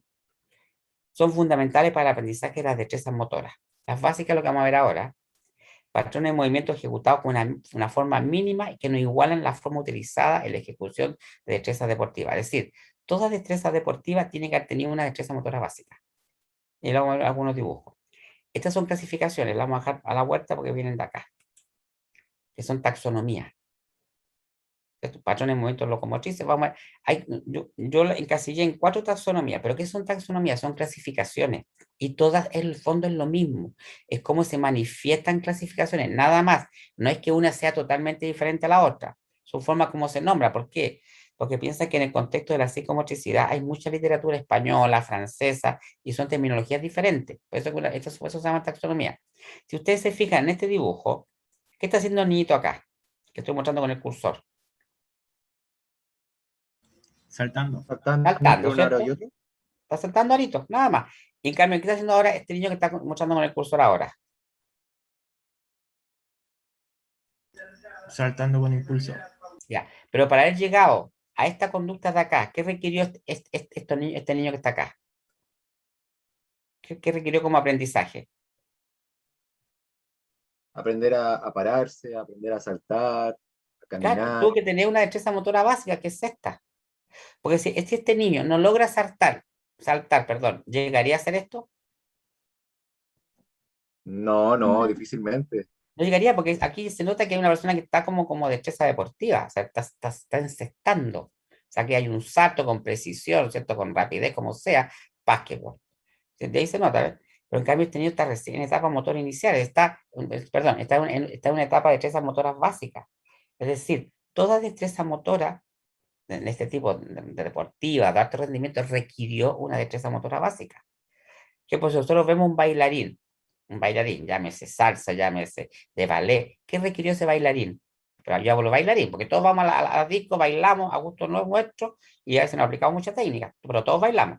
Pero yo hablo de un bailarín profesional, ya sea de cualquier baile, y especialmente a veces en ballet. ¿Qué requirió ese bailarín para llegar a ese extremo deportivo? ¿Qué requirió? Yo hablo de bailarines profesionales, de alto rendimiento. ¿Pero qué requirió? Claro, una coordinación, una agilidad, destrezas motoras increíbles, conciencia muscular también de alto nivel, eh, Ese tiene conocimiento que claro de los pensar que, distintos segmentos corporales. claro, ese bailarín requirió integrar destrezas motoras básicas para poder llegar a ese nivel. Porque inclusive, si nosotros vamos a bailar salsa, vamos a bailar bachata, pero digo bailar, nosotros, común y corriente, para poder bailar una bachata, una salsa, ¿qué tuvimos que hacer? No sé si ustedes bailarán, pero, o cumbia, ya, póngale la cumbia por último, ya. ¿Qué tuvieron que hacer? Muchos tuvieron que aprender paso. Tuvimos que aprender paso. Si es bachata, la bachata tiene tiempo, tiene paso. Si es salsa, la salsa tiene paso. Tiene todo un, tiene toda una evolución de movimiento. Y eso que requirió también aprendizaje. O sea, superó, ¿cierto?, lo básico. En este caso igual, si yo veo esta imagen superó lo básico, porque esto es lo básico. Por eso dice, y acá tenemos una taxonomía que tiene tres tipos de movimientos. Patrones de movimientos locomotrices, no locomotrices y manipulativos. Llama el persona. Los movimientos, esta es la taxonomía 1. Yo le puse 1, pero podría ser cualquier número. Pero yo le puse 1. Porque a veces hay literatura española que habla de movimientos locomotrices. Entonces, ¿cuáles son los movimientos locomotrices? Son el correr, caminar, saltar, son movimientos que involucran grandes segmentos corporales y además involucran desplazamiento del cuerpo. ¿Será que el cuerpo se va desplazando? Por eso que son locomotrices, son locomotrices. En cambio, los patrones de movimientos no locomotrices, doblar, estirar, pero esto se va en el contexto del niño que está, o la persona que está de pie y sin desplazamiento. ¿Qué es lo que es para usted la base de sustentación? Voy a preguntar primero eso. ¿Qué es para usted la base de sustentación? Base de sustentación.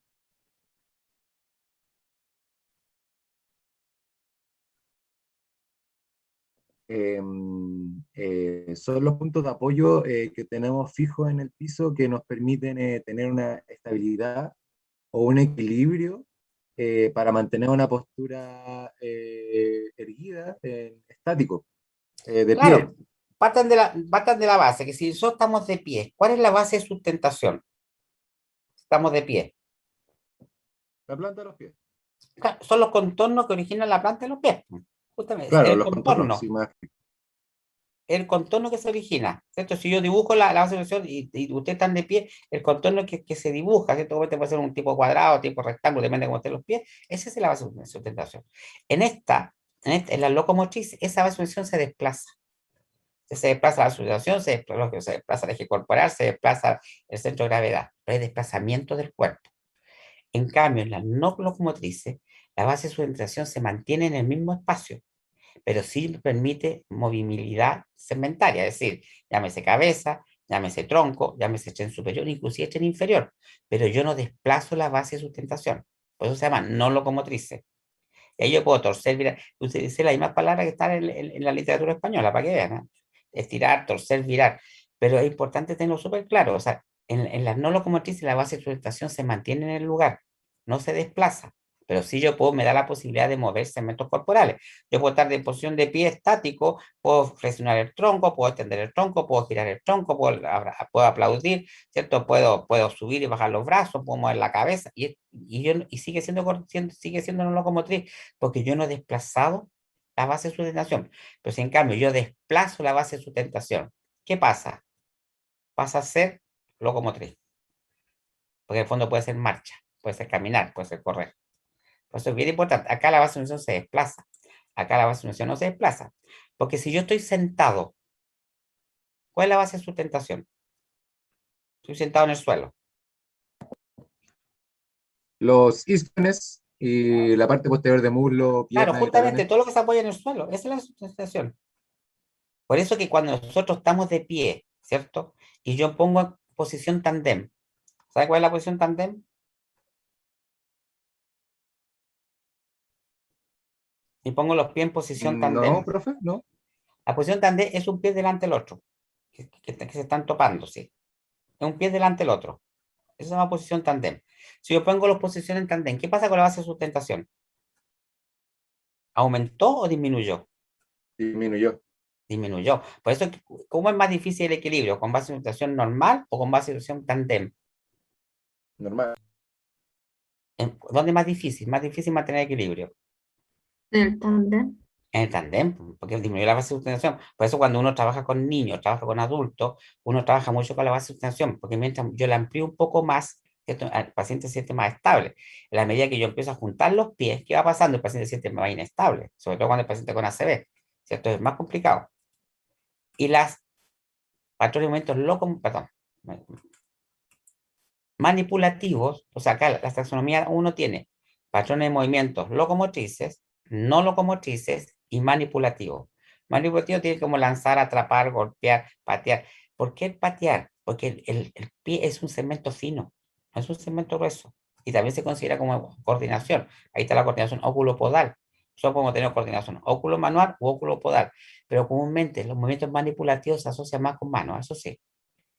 Todo lo que hacemos con las manos. Por eso los movimientos manipulativos tienen relación más con las manos, que tomar objetos, dejar objetos, manipular objetos, encajar, ensartar, bueno, y cualquier actividad que hagamos con las manos. Por eso ahí, dentro de la taxonomía 1 tenemos locomotrices, no locomotrices y manipulativos. La taxonomía 2, esto es cómo estamos clasificando los movimientos y en el fondo tienen que ver con la coordinación. Se fijan en esta otra forma, pero esto tiene directa relación con lo otro. Movimientos voluntarios, involuntarios automatizados y motricidad refleja. Esta es otra taxonomía, pero tiene relación directa con el movimiento.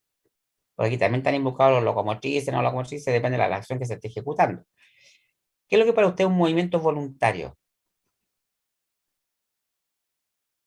Movimiento voluntario.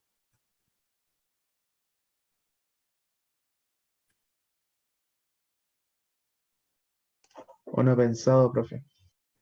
Un movimiento que está concientizado, está pensado, hay una representación mental. Es un movimiento voluntario. Un movimiento involuntario automatizado es cuando ya el movimiento no tiene representación mental, ¿cierto? Y entonces el movimiento se ejecuta.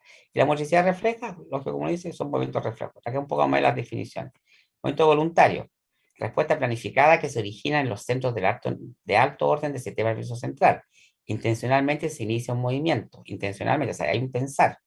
Representan comportamiento aprendido que requiere práctica. Movimiento voluntario. Movimientos automatizados o involuntarios, aunque el automatizado yo lo puedo separar del involuntario, sea. Respuestas programadas de control no consciente que se originan en los centros suprasegmentarios del sistema nervioso central. ¿Cuáles son los centros suprasegmentarios? ¿Cuáles son los centros suprasegmentarios del sistema nervioso central? Los núcleos de sustancia gris, ¿profe? Claro, son todos los centros de alta jerarquización. O sea, nosotros embriológicamente tenemos 3 niveles. Tenemos tenemos los centros segmentarios, suprasegmentarios e intersegmentarios. Los centros segmentarios son el sistema nervioso central y el sistema nervioso autónomo. Esto es por embriología, es por sistema embriológico, como cuando se va conformando en niño interinamente. Esos son los centros segmentarios. Los centros intersegmentarios son todas las interconexiones neuronales que conforman una malla, una red interneuronal. Los suprasegmentarios justamente está donde está el cerebelo, están los ganglios basales, está el sistema trapiramidal, están todos los sistemas de información, ¿cierto? Sensorial. Esos son los sistemas suprasegmentarios. Después, se originan en el aparato motor tónico más antiguo filogenéticamente. Tiene que pensar este aparato motor tónico, ¿cierto? ¿Cuál es? Es el sistema extrapiramidal. El sistema extrapiramidal es más antiguo filogenéticamente que el sistema piramidal. Piensa que cuando el niño nace, hasta los 3 meses, que predomina el sistema extrapiramidal, por la actividad refleja. Después aparece el sistema motor voluntario, que es el sistema piramidal no predominando, sino que en coordinación con el sistema extrapiramidal. El cuerpo siempre está listo para cualquier movimiento. Representa comportamientos o acciones motoras de protección, defensa, asociadas, etc. Justamente están los mecanismos de defensa que van originados inclusive hasta por la actividad refleja, o reacciones protectoras, o comportamientos de reacciones que nosotros tenemos. El arco reflejo, que ustedes deben manejarlo más, es un arco reflejo. Esta es otra forma de clasificar justamente el movimiento. Movimiento voluntario, movimiento automatizado o también involuntario, y el movimiento reflejo o actividad refleja. Después, finalmente, ¿saben qué? También se pueden denominar destrezas motoras gruesas, globales o destrezas motoras finas. Son formas de denominar el movimiento. Las destrezas motoras gruesas, ¿cuáles serían? Si yo lo relaciono con la taxonomía 1, serían acá las locomotrices y no locomotrices, es decir, las que involucran movimientos de amplio movimiento con desplazamientos segmentarios y también los movimientos que no requieren desplazamientos segmentarios. O sea, no hay desplazamiento de la base de sustentación. Esas son las destrezas motoras gruesas. Y las destrezas motoras finas son las que tienen que ver con la motricidad fina. Es decir, si yo lo relaciono con lo otro, con los manipulativos. Esto a la vez también puede ser también voluntaria o puede ser automatizada. ¿Y cuando es automatizada? Cuando el momento ya está aprendido en el contexto del tiempo. Y la taxonomía, aquí un poco la definición de cada una. Destreza motora gruesa, destreza motora, ejemplo de destreza motora gruesa: lanzar, caminar, correr, saltar, trepar, bueno, y todas las habilidades que requieren, ahí es nadar por si acaso, no es nada, requieren desplazamiento de la base de sustentación. Y las destrezas motoras finas, características, ¿cierto? Y acá tenemos las que son típicas: dibujar, tocar piano, escribir, recortarse. Pero estas es como equivalen a las manipulativas, para que vean, son todas muy relacionadas. Y finalmente, la que nosotros usamos comúnmente en Chile, en la bibliografía chilena, que son estas. O sea, yo, ¿por qué nombro la otra? Porque la otra la van a enfrentar de repente en algunas situaciones de bibliografía. Acá esta taxonomía divide en coordinación dinámica y coordinación estática. La coordinación dinámica general, esta equivaldría, si yo relaciono con la otra taxonomía, esta equivaldría a locomotriz, esta, coordinación dinámica general. Y podría también estar relacionada con motricidad gruesa. Miren, ¿no? Es la misma. Entonces, si yo locomotriz, ¿qué tipo de ejercicio podría ser coordinación? Perdón, ¿qué tipo de habilidades motoras podrían ser coordinación dinámica general? ¿Qué tipo de habilidades motoras podrían ser coordinación dinámica general? Caminar, correr, saltar, Claro, la lanzar. misma. Nadar, bailar, cualquiera que requiere desplazamiento segmentario, o sea, requiere desplazamiento de la base de sustentación. ¿Y cuál equivaldría a la coordinación estática? A la otra equivaldría a los no locomotrices. Que también podría ser motricidad gruesa, porque está en la coordinación estática, en la cual la base de sustentación no se desplaza. No se desplaza, pero sí me permite movimiento segmentario. Eso sí. Ahí podría ser, profe, de refuerzo o sea, hacer ejercicios, por ejemplo, en posiciones sedentes, de cúbito, de pipestación. Sin desplazarse, sí, sí. Por ejemplo, si una persona está de pie, la sustentación está puesta en el suelo y no se desplaza, y le lanzan una pelota, para que la persona recepcione la pelota, ¿qué tipo de coordinación es? Pero ve a la persona que está de pie, no la que lanzó la pelota. ¿Qué tipo de coordinación es? Y la persona va a tener que recepcionar la pelota. ¿Qué tipo de coordinación tiene la persona que recepciona la pelota? ¿Es Una general coordinación o no locomotriz. estática? ¿Ah? No locomotriz. El no locomotrivo o estática, sí. Justamente porque Claro, la persona no no está locomotriz. pasando la base de sustentación, está recepcionando una pelota nomás. Mientras no desplace la base de sustentación, pasa a ser estática. Cuando desplazó la base de sustentación, pasó a ser dinámica general. Entonces, la coordinación específica, dinámica específica, ¿cierto? Esta involucra dos coordinaciones. CDM es coordinación dinámica manual y CBM es coordinación visomotriz. Entonces, la coordinación dinámica específica se subdivide en dos: coordinación dinámica manual y coordinación visomotriz. ¿Cuál es la coordinación dinámica manual? Es cuando nosotros las dos manos la utilizamos en forma activa, las dos. Las dos manos son activas, ya sea en convergencia o en divergencia. Es decir, cuando yo toco el piano, cuando juego, estoy pegando con palillo de tambor, o estoy palmoteando la mesa, o cualquier lugar. Esa es una coordinación dinámica manual, porque las dos son activas. Y además no requieren precisión, no requieren impresión visual tan agudizada como la que viene ahora. Entonces, en cambio, en la coordinación dinámica específica, coordinación visomotriz, en este caso cambia el cuento. ¿Por qué? Porque una mano es activa y la otra es pasiva o de apoyo. Acá tiene mucho que ver con la lateralidad o la predominancia lateral. Es decir, cuando yo voy a escribir, ¿con qué mano escribo? La mano Dominante. ¿Y la otra mano qué función cumple? de apoyo, me De sujeta el apoyo. cuaderno, Justamente, para del que no se me cuaderno. mueva. Justamente, si yo voy a enhebrar una aguja, ¿cuál es el mecanismo? con la mano dominante sostengo el hilo y con la mano no dominante sostengo la aguja, la Claro, es que estabilizo. vas a hacer como de apoyo nomás, pero la mano activa es la que mete el hilo en el orificio, ¿me entiendes? Por eso es que la coordinación visomotriz está una mano es dominante y la otra es pasiva o de apoyo, pero sí esta requiere precisión visual o impresión visual. En cambio, esta no requiere tanta impresión visual. Y esa es la diferencia. Pero esta a la vez, pongan atención, esta a la vez se subdivide en tres. Por si acaso, en el PPT no está por si acaso. Se subdivide en tres. Coordinación visomotriz manual, coordinación visomotriz gráfica y coordinación visomotriz corporal. Esta se subdivide en tres a la vez. Coordinación visomotriz manual, coordinación visomotriz gráfica o visografomotriz, que es la misma, y coordinación visomotriz corporal. ¿Cuál es la diferencia entre una y otra que vamos terminando? La coordinación visomotriz manual es toda actividad que se ejecuta en el radio de acción mío. ¿Qué es lo que a mí me da el radio de acción? Es en el fondo en la longitud de las extremidades superiores. Ese es mi radio de acción.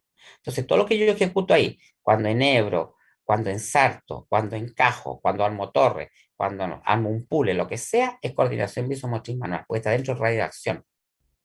Eso es pero me requiere, sí, una mano activa y la otra pasiva o de apoyo. La otra es pasiva o de apoyo. Es más de apoyo que pasiva, es de apoyo. Entonces está dentro del radio de acción. La coordinación visografomotriz o coordinación visomotriz gráfica es todo lo que tiene que ver con la parte gráfica, ya sea dibujar, pintar, escribir. Eso es gráfico, esa es coordinación visomotriz. Y nosotros también la evaluamos, pero en el contexto de la coordinación, no en el contexto pedagógico. Porque un alumno me dijo, profesor, nosotros no tenemos por qué enseñar, no somos profesores. Yo no estoy enseñando pedagogía. Lo que estoy enseñando yo es coordinación. Es muy diferente. Entonces, esa es la coordinación. Y la coordinación visomotriz corporal, que hace cuesta un poco más entenderla, es cuando la acción sale fuera de mi radio de acción. Es decir, si yo estoy de pie y lanzo una pelota hacia un punto X, a un punto determinado, justamente a un punto determinado, esa es coordinación visomotriz corporal. Es decir, el objeto sale fuera de mi radio de acción. Yo no estoy desplazando en el cuerpo, porque estoy lanzando a un objeto, a un lugar determinado. Si yo chuteo una pelota a un arco, es coordinación visomotriz corporal, porque la pelota sale de mi radio de acción. Pero a la vez, yo también puedo desplazar mi radio de acción, pero a un punto determinado. La coordinación visomotriz corporal va a puntos determinados, es decir, lanzar a punto determinado, chutear a punto determinado y caminar a punto determinado. Yo, por ejemplo, en la universidad, nosotros esto lo ejemplificábamos en la sala de clase, por eso era más fácil entenderlo. Es decir, yo le decía chiquillo, pongámoslo, ¿usted conoció el aulario A? ¿Pueden alguna el aulario A ustedes? Sí, profe, sí. ¿Alcanzaba a tener clase ahí en el aulario A? Sí, Sí, tuvimos profe. Ya. Entonces, ¿qué decían los chiquillos? A ver, chiquillos, pónganse de pie. Vamos a ir todos hacia la puerta que está a la mano derecha. ¿Qué tipo de coordinación? Es decir, si yo digo, vamos a ir a la puerta que está a la mano derecha y vamos a caminar a esa puerta, es coordinación visomotriz corporal. ¿Por qué? Porque va a un punto determinado en la ejecución. Pero en cambio, fuera digo de ahora, nuestro rango de acción. claro, ahora yo le digo, terminó la clase. ¿Qué hacen todos los alumnos? Guardar las Terminó la cosas, clase. Toman sus despedirse. cosas y salen por cualquier puerta. Por la de allá o por la de acá, la derecha o la izquierda. Yo no estoy dando puntos de salida. Esa es coordinación dinámica general. Es para que entienda la diferencia entre... Eso lo hacíamos en práctica, la verdad, dentro de la sala. Y hacíamos varios ejercicios a la vez de práctica de coordinación dinámica general, coordinación estática. Bueno, ahí lo hacíamos, yo hacía demostraciones, yo llamábamos a grupos, hacían ejercicios, demostrábamos, ¿cierto? Dentro del contexto de la clase, después lo reforzábamos en los laboratorios, bueno. Pero eso es otro cuento. Bacán. Pero lo importante es que les quede súper claro, esta se subdivide en tres, pero sí requiere mirar, porque si yo voy a chutear, tengo que mirar dónde voy a chutear. Si yo voy a lanzar, tengo que ver dónde voy a lanzar. Si yo voy a caminar a un punto determinado, tengo que ir a ver el punto determinado, tengo que mirar el punto determinado para poder salir. ¿Me entiendes? Y eso es porque la coordinación visomotriz corporal requiere un punto de llegada o un punto de impacto. En cambio, la coordinación visomotriz tiene que ver con la parte gráfica y la coordinación visomotriz manual es toda ejecución motora, ¿cierto? Desde el punto de vista de actividades motoras básicas o motricidad fina, que tiene que ver dentro de radiación. Llámese encajar, ensartar, enhebrar, trasvasijar agua, a lo mejor hacer puzzle, lo que puzzle me refiero configura, no puzzle con palabras, lo configura, eso es coordinación, ¿cierto? Tiene visomotriz manual. Bueno, y la estática que la vimos, y este es lo que se usa actualmente, ¿ah? O sea, lo que usamos nosotros en Chile, no actualmente, lo que se usa en Chile, este tipo de terminología. Por eso que sí, como te decía, ustedes van a ver esto, y Q20 van con siglas. CDG, coordinación, yo no le voy a poner después la palabra completa, le voy a poner CDG, coordinación dinámica general. Esta CDE, coordinación dinámica específica. Esta ya está en sigla. Esta está en sigla. Después sería coordinación visomotriz manual. CVMM, coordinación visomotriz manual. Se agrega otra M. Coordinación visografomotriz. CVMG, coordinación visomotriz gráfica o visografomotriz. Y CVME, CVMC, coordinación visomotriz corporal. Esas son las siglas, como se abrevian. Y la coordinación táctica, a veces le ponen C, pero para que lo confunda coordinación dinámica, la otra es dinámica específica y esta es coordinación estática, o sea, la otra es CDE, esta es CE, esta es coordinación estática. ¿Por qué? Porque se usa mucho las siglas, en vez de escribir la palabra con...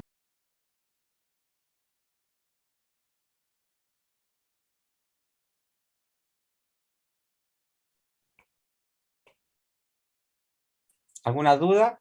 ¿Les queda claro? Eso es lo importante, igual vamos a repasar la próxima semana. Y el laboratorio también de alguna forma va a ir repasando porque podemos trabajar con objetivos en base a estas coordinaciones, con los objetivos en base a los niños que vamos a ir analizando por situaciones de video o situaciones de informes psicomotores. Sí, profe, quedó súper claro. ¿Les queda claro, chiquillos? Sí, profe. Aquí no entiende un alumno que me pone estar curado. No sé a qué se refiere. Matías Troncoso. Profe, que usted preguntó qué se requería para poder bailar, yo qué sé, cumbia, bachata. Ahí puso eso. Nada que aprender, no, los pasos no, chaval. No, muchos curados bailan de todo, ¿eh? Estoy de acuerdo contigo. Bailan de Curados todo, bailan de todo. Bailan salsa, bachata, no importa cómo bailan, pero bailan de todo. Les quitan el trago y están sobrios, ¿qué pasa? Cuando están sobrios. Esa misma persona. Todos tiesos. No, o no bailan, o no bailan. Ah, claro, se inhiben, les da Claro, hay cosa, no, personas que vergüenza les mientras da. están sobrios no mueven ni un pie. Pero denle trago. O sea, muy bien, fin objetivo. Fin objetivo. Le Ahí ponen se mueven trago, como fideo. bailan. Les quitan el trago. Cuando toman trago, bailan como locos. Les quitan el trago y dejan de tomar y ya, o si están sobrios, no bailan. Yo conocí a un montón de personas en esas condiciones. Mientras están sanos, sin trago, no bailan nada. Pero toman un poquito de trago, las bailan todas. Hasta andan bailando arriba de la mesa, mamá. Así que, buena acotación que hizo el alumno. Buena acotación, porque es verdad. Pero no es así el contexto de la psicofarmacia, por si acaso. No lo vean así. Véanlo como Claro. movimiento. No nos desviamos del foco. Está bueno el chiste, sí. Lo agradezco el chiste. Está bueno. No lo había leído, por eso que recuerdo que dice está curado, lo entendí que se refería. Ya, chiquillos, nos vemos. Entonces, el mañana nos vemos con el grupo de mañana de laboratorio. Y la otra semana nos vemos con el grupo de, otra vez las clases la otra semana va a haber una actividad con nota otra vez. Yo les tengo la actividad.